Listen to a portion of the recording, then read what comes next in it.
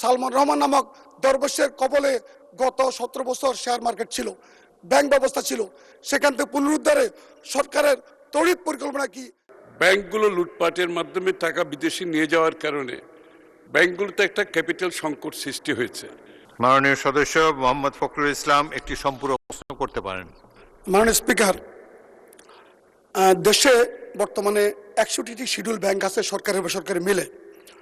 সেখানে 17 বছরের লুটের কারণে বেশিরভাগ ব্যাংক দেউলিয়ার ঝুঁকিতে রয়েছে।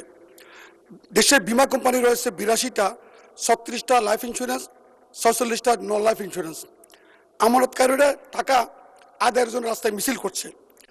দেশে যে ব্যাংক বিমা এগুলোর যে অবস্থাটা ভঙ্গুর অবস্থা, এরপরে সুদের হার ব্যাংকের ছিল 9% সিঙ্গেল ডিজিটে, সেটা বর্তমানে হচ্ছে 16 থেকে 17%।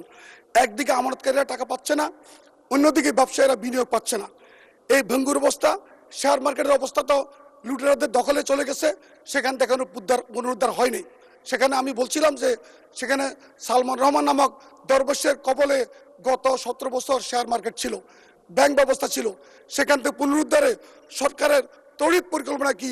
এবং বিশেষ করে বিনিয়োগকারীদের যারা ব্যবসা করবে, যারা দেশের মানুষের জন্য চাকরি ব্যবস্থা করবে, তারা যে বিনিয়োগ পাচ্ছে না এবং বিনিয়োগ পাওয়ার ক্ষেত্রে যে সুদের হার কমানোর কোনো পরিকল্পনা সরকারের আছে কিনা? মাননীয় স্পিকার, আপনাকে ধন্যবাদ।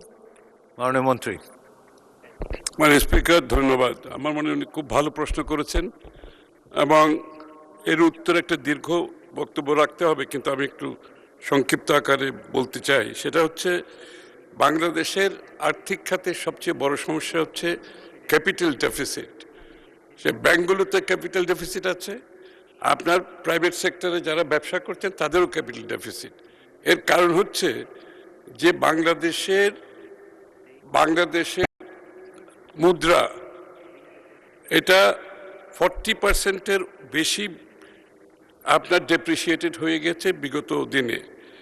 তার পরবর্তীতে ইউটিলিটি সহ অন্যান্য মূল্য বাড়ার কারণে 50%, প্রায় 50% ক্যাপিটাল ডেফিসিট প্রাইভেট সেক্টরগুলো ব্যবসা বাণিজ্যের মধ্যে হয়েছে। এছাড়া ব্যাংকগুলো লুটপাটের মাধ্যমে টাকা বিদেশে নিয়ে যাওয়ার কারণে ব্যাংকগুলোতে একটা ক্যাপিটাল সংকট সৃষ্টি হয়েছে। এটার উত্তর হচ্ছে মাননীয় স্পিকার, এই টাকাগুলো রিপ্লেনিশ করতে হবে আপনাকে, এবং রিপ্লেনিশ করার জন্য সরকারের পক্ষ থেকে ইতিমধ্যে বহু টাকা এখানে রিপ্লেনিশমেন্টের জন্য দেওয়া হয়েছে, আরও বাজেটে দেওয়া হবে আগামী দিনে।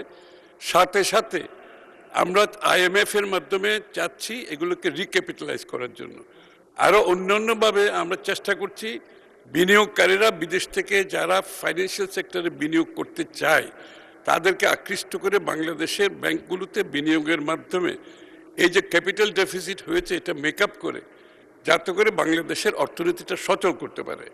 এবং এটার যদি এছাড়া আরও যেটা হয়েছে যে বিগত দিনে যে লুটপাট তো হয়েছে, ব্যাংক শেয়ার বাজার লুটপাট হয়েছে, প্রাইভেট সেক্টর আমি তো বলেছি ক্যাপিটাল ডেফিসিটে, তার থেকে যেটা বেশি খারাপ হয়েছে বিগত সরকারগুলোর তারা বড় আকারে প্রাইভেট সেক্টর ব্যাংকগুলো থেকে ঋণ নিয়েছে।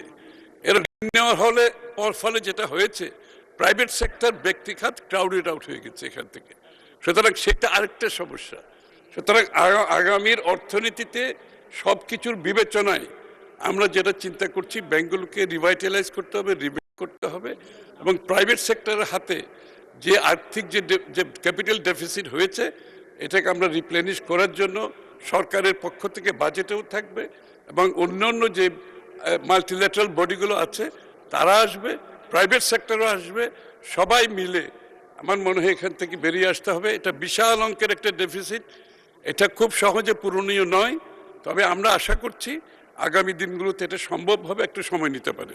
ধন্যবাদ মাননীয় স্পিকার।